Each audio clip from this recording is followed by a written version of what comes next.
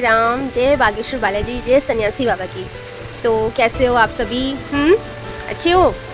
चलो बहुत बढ़िया, अच्छे ही रहना, यही सबसे अच्छी बात है, अच्छे ही रहना चाहिए। तो देखो, आज मैं इस बुक की स्टार्टिंग कर रही हूँ, मतलब मैं आपको पढ़ करके सुनाऊंगी और आप सुनोगे, ठीक है? तो स्किप मत करना, वीडियो पूरा लास्ट तक देखना, तो अच्छा लगेगा आपको। काफ़ी अच्छी बातें सुनने को मिलेगी कि इन्होंने क्या कुछ बताया है, क्या कुछ लिखा है इस बुक में। तो बुक का नाम मल्टी टैलेंटेड हनुमान है। तो ये हमारे धीरेन्द्र शास्त्री गुरुदेव जी ने लिखी है, ठीक है? अच्छा, दिख तो सही रहा होगा ना आपको?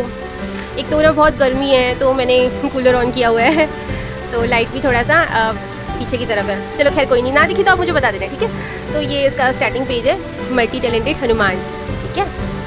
तो मैं पहले इसके इंडेक्स पे आती हूँ। तो आपको पता तो होना चाहिए ना इंडेक्स में इन्होंने क्या क्या दिया है। तो आप देख सकते हो, पुस्तक का अनुक्रम है, संकेत, विवरण, प्रस्तावना, लेखक का परिचय, हमारी दृष्टि में हनुमान जी, कलयुग के किस किस ने मतलब हनुमान जी के दर्शन हुए हैं। अच्छा जी, तो ये इस तरह से पूरा इंडेक्स तैयार है, ठीक है? तो आप पॉज करके इसको ध्यान से देख लेना, ठीक है? ये देखो, ठीक है, पॉज करके आप पढ़ लेना इंडेक्स।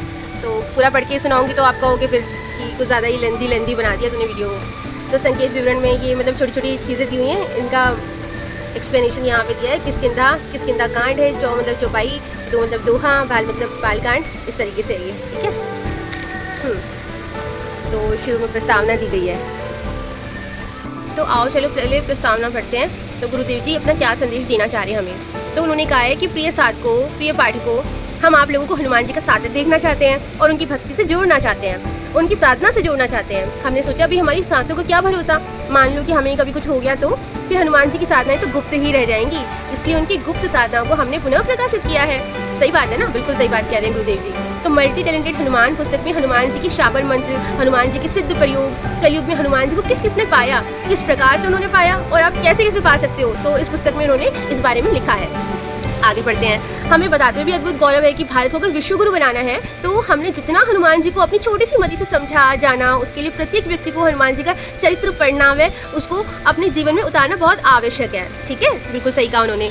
तो भारत को वर्तमान में पुनः विश्व गुरु की उपाधि पर पहुंचने की आवश्यकता है। भारत को विश्व गुरु बनाना है तो हनुमान जी का चरित्र जानने के लिए हम इसलिए कह रहे हैं क्योंकि हनुमान जी एक मल्टी टैलेंटेड देव हैं। बिल्कुल सही बात कह रहे हो, बिल्कुल सही बात। बहुत आयामी चरित्र है किसी भी विचारधारा के आदमी के लिए, चाहे वो बिजनेसमैन हो या फिर वो विद्यार्थी हो अथवा किसी भी मार्ग में कार्य करने वाले हो। यदि आपने इसमें डुबकी लगाई तो हनुमान जी के चरित्र से कुछ सीख करके ही आप बाहर निकलेंगे। हनुमान जी का चरित्र अपने जीवन में उतारने के लिए यह पुस्तक लाभकारी सिद्ध होगी। फिर गुरुदेव जी कहते हैं कि प्रिय साधकों, हमें तुमसे ना दान चाहिए, न ही मान चाहिए, न सम्मान चाहिए, हमें तो तुमसे अपनापन चाहिए। पाठकों, हमें तो तुम्हारे हृदय में केवल हनुमान चाहिए। देखा कितनी अच्छी बात बोली है भाई, मज़ा आ गया पढ़ के। तो यहीं पर इनकी प्रस्तावना का अंत होता है। तो आगे हम पढ़ेंगे इनके बारे में, इनके परिचय के बारे में। हाँ, तो देखो इनके बारे में क्या लिखा गया है। लेखक का परिचय पंडित श्री धीरेन्द्र कृष्ण शास्त्री, श्री बागेश्वर धाम सरकार। और ये पंक्ति श्रीमद् भगवद गीता से ली गई है। तो पढ़ते हैं। जब जब इस धरा पर धर्म की हानि होती है, भगवान उसे स्थापित करने के लिए अवतार लेते हैं और भूभार हरण करते हैं। त्रेता में श्री राम, द्वापर में श्री कृष्ण के रूप में भगवान ने अवतार लिया था। कुछ सहस्त्र वर्ष पूर्व ऐसा ही अवसर आया था जबकि भगवान श्री आदि शंकराचार्य जी ने इस धरा पर सनातन धर्म की पुनः स्थापना की थी। आज पुनः भ्रमणित साधु संतों की तपोभूमि भारत माता उसी प्रकार से सनातन धर्म की पुनः स्थापना मांग रही है। इस कार्य को करने का बीड़ा उठाया है पंडित श्री धीरेन्द्र कृष्ण शास्त्री जी ने, जो हमारे गुरुदेव हैं। भारत में कई ऐतिहासिक मठ, मंदिर, आश्रम और धाम प्रतिष्ठित है। ऐसा ही एक तीर्थ है, वो है बागेश्वर धाम, मध्य प्रदेश के छतरपुर जिले में गढ़ा गांव में, ठीक है? तो आप जाना ज़रूर वहाँ पे। मैं तो 3-4 बार जा चुकी हूँ, मुझे बहुत अच्छा लगा, ठीक है? तो आप भी ज़रूर जाना। तो कहते हैं यहाँ पर लगभग 325 वर्षों से भी अधिक समय से प्राचीन स्वयंभू महादेव एवं श्री बालाजी सरकार का दिव्य स्थान है। ऐसी किंवदंती है कि उत्तराखंड के बागेश्वर धाम से शिवलिंग को लाकर यहाँ प्रतिष्ठित किया गया था, इसलिए इन्हें बागेश्वर महादेव भी कहा जाता है। वर्तमान में इस बागेश्वर धाम के पीठाधीश्वर है पंडित श्री धीरेन्द्र कृष्ण शास्त्री जी, जिन्हें सारा संसार श्री बागेश्वर धाम सरकार के नाम से संबोधित करता है। 4 जुलाई 1996 को मध्य प्रदेश के छतरपुर जिले में ग्राम गढ़ा में सूर्यपार्य ब्राह्मण परिवार में पिता श्री रामकृपाल जी महाराज और भक्तिमती माता श्रीमती सरोज जी के परिवार में जन्मे श्री धीरेन्द्र शास्त्री जी का बचपन निर्धनता और तंगहाली में बीता।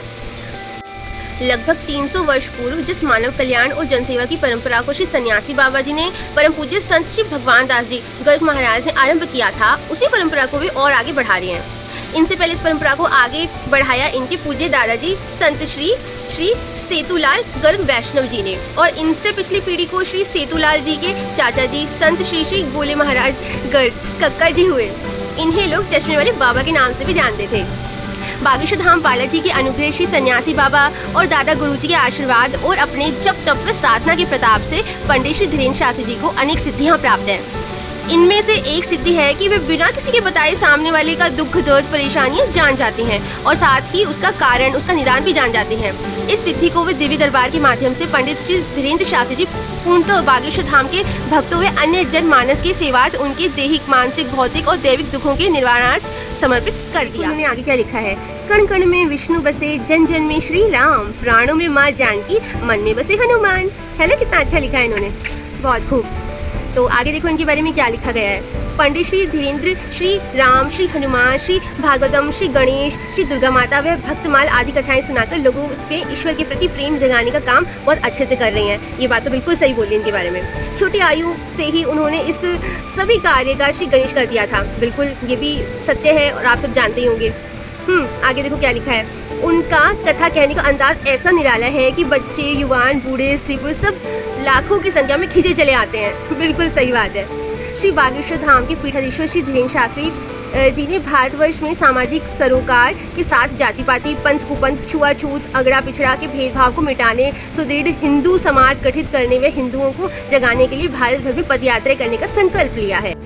पदयात्रा सन 2024 में श्री बागेश्वर धाम से श्री ओरछा धाम तक हुई, जिसमें न केवल भारतवर्ष बल्कि देश विदेशों से अनेकों साधु संतों, महंतों, महात्माओं, नेताओं, अभिनेताओं, व्यापारियों, खिलाड़ियों, कलाकारों व सामान्य जनमानस ने बढ़ चढ़कर भाग लिया। बिल्कुल सही बात है। उनकी अन्य पदयात्राएं हैं जैसे कि नई दिल्ली से वृंदावन, लखनऊ से अयोध्या धाम, बेलूर से श्री तिरुपति बालाजी व अन्य। पंडित श्री धीरेन्द्र शास्त्री जी के संकल्पों ने समाज कल्याण और लोक कल्याण की एक अलग परिभाषा गढ़ी है। महाराज श्री के संकल्पों के जीते जागते उदाहरण हैं। धाम परिसर में चल रही अन्नपूर्णा रसोई, धाम की चढ़ोतरी से प्रतिवर्ष निधन, बेसहारा बेटियों का विवाह, वैदिक शिक्षा के लिए धाम परिसर में गुरुकुल, पर्यावरण संरक्षण के लिए देश भर में बागेश्वर बगियां, गौरक्षा के लिए प्रेरणा, गौशाला नहीं उपाय, एक हिंदू एक गाय, और बेसहारा बच्चों के लिए रहने खाने से लेकर शिक्षा की व्यवस्था करना। तो ये सब इनके बारे में लिखा गया था। अब मैं बाकी सब आपको कल सुनाऊंगी, ठीक है। और तो आप मुझे बताना आपको क्या समझ में आया, अच्छा लगा या नहीं लगा, ठीक है। तो अब कल मिलते हैं। अब के लिए समाप्ति। जय श्री राम, जय बागेश्वर बालाजी, जय सन्यासी बाबा की।